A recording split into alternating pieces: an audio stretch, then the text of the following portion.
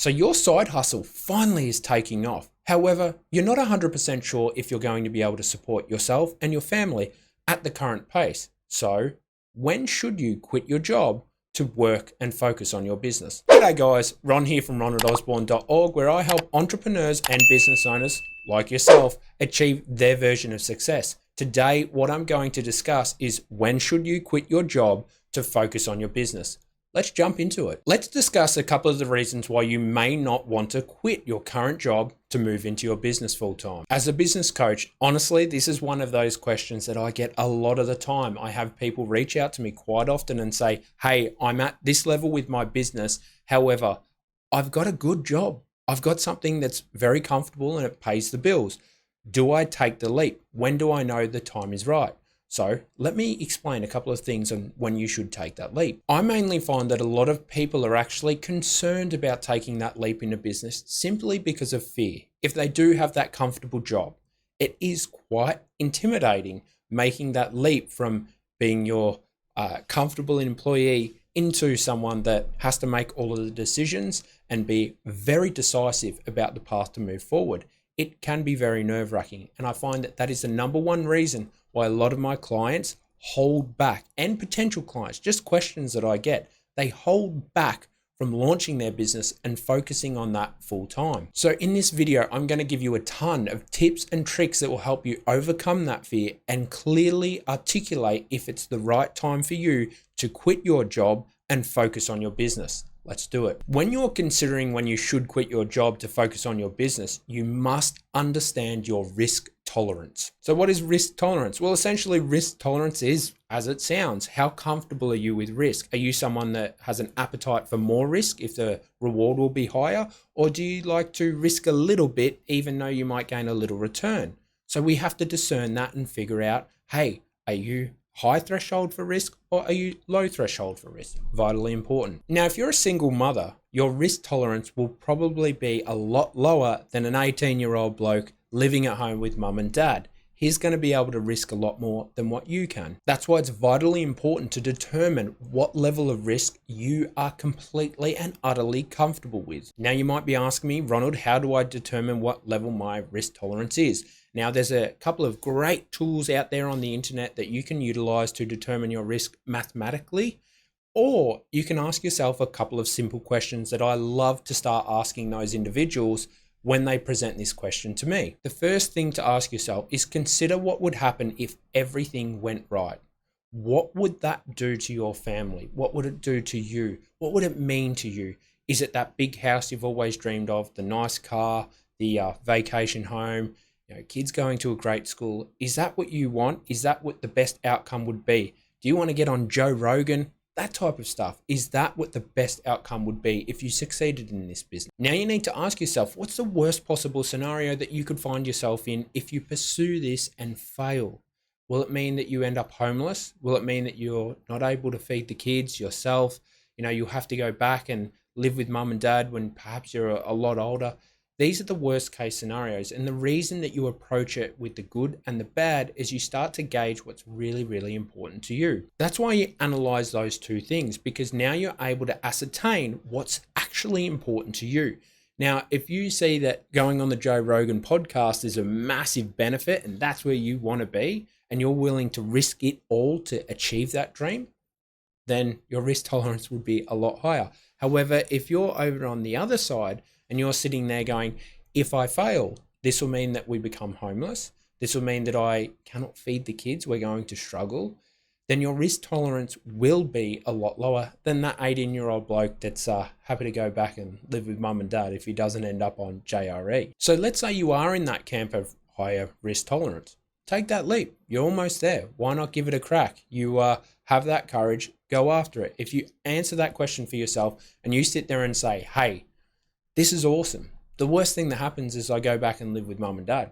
Give it a crack. Why not? If you're in the other camp though, and this makes you quite nervous seeing all the possible bad outcomes of you failing as a business owner, then continue to follow along with. So when you're considering when you should quit your job to focus on your business, something that you should actually value before taking that leap, if you have a lower risk tolerance, is your current strategy / business actually profitable and achieving results. So what I mean by that is, do you actually have customers? Is everything starting to move along nicely? Are you actually starting to see results from the hard work of your labor? Now, that is very, very important, because this will prove the concept of your business, that it is something that can work. And not only that, this will help you iron out the kinks before taking that leap. So perhaps there is something that's a defective product that you have. Then your customers will be able to say, this product needs actual work. Hey, can you please fix this, because we noticed this slight problem here. That is great. It'll give you the time whilst you're still at your current job to actually fix those problems and then relaunch the product.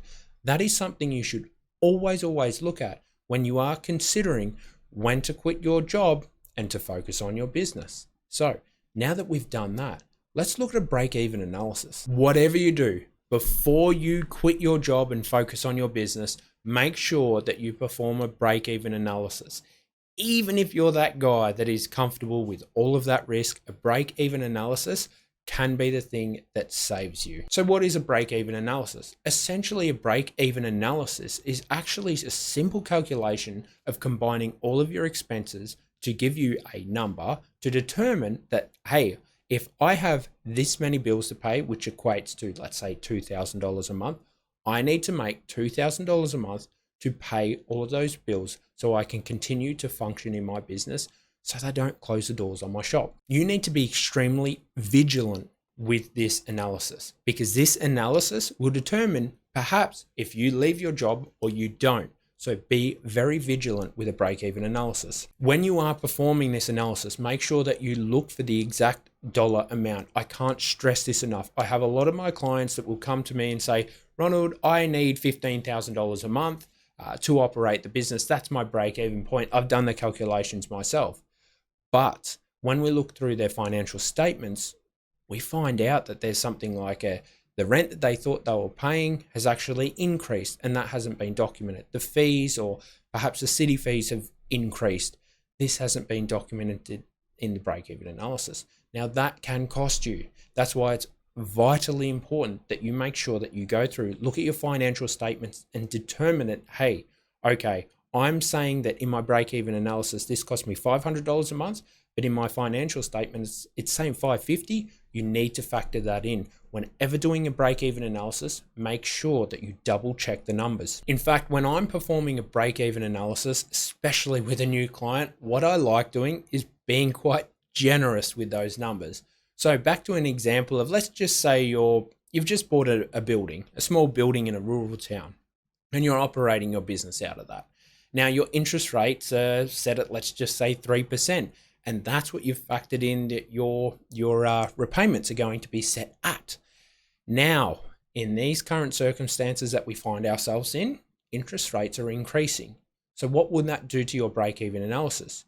If your interest rates go up, and generally speaking, they say every 1% increase in interest rates on a home mortgage, your repayments increase by about 15%. So if you do have an office, a building, perhaps you bought a house, whatever you did, it's vitally important that you look at your break-even analysis and you utilize the worst case scenario for that assessment. So let's just say you have a number that you're not 100% sure will be this in the future or that in the future. Always play the safe game and set it at the maximum, okay? It's a lot better to miss out on an opportunity than to send your business under because you didn't do your proper due diligence when performing the break-even analysis. And the final little bit of advice I would have for you when you're looking to quit your job and focus on your business is quit when it feels right. Nothing in business comes easy. Trust me, I've started companies all around the world. I've dabbled in a lot of different things. I've been a soldier and a businessman. And I'm telling you right now, I've had more sleepless nights as a business owner than I did as a soldier. But at some point, you will have to believe in yourself and believe in the fact that you can do this. I would always recommend that you start something on the side of your main gig before taking that leap. Now, if you're like me, thankfully I had some success with my other businesses, so I'm able to take leaps into businesses and start them from scratch.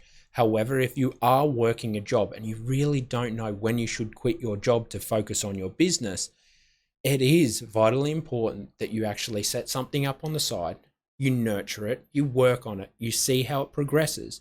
And if you start to see positive results, follow through, go after it, pursue your dreams. This could be the thing that gives you everything you've ever wanted, possibly. So now you should have more insight on when you should quit your job to focus on your business. If you need help from a business coach like me, reach out to me. More than happy to help.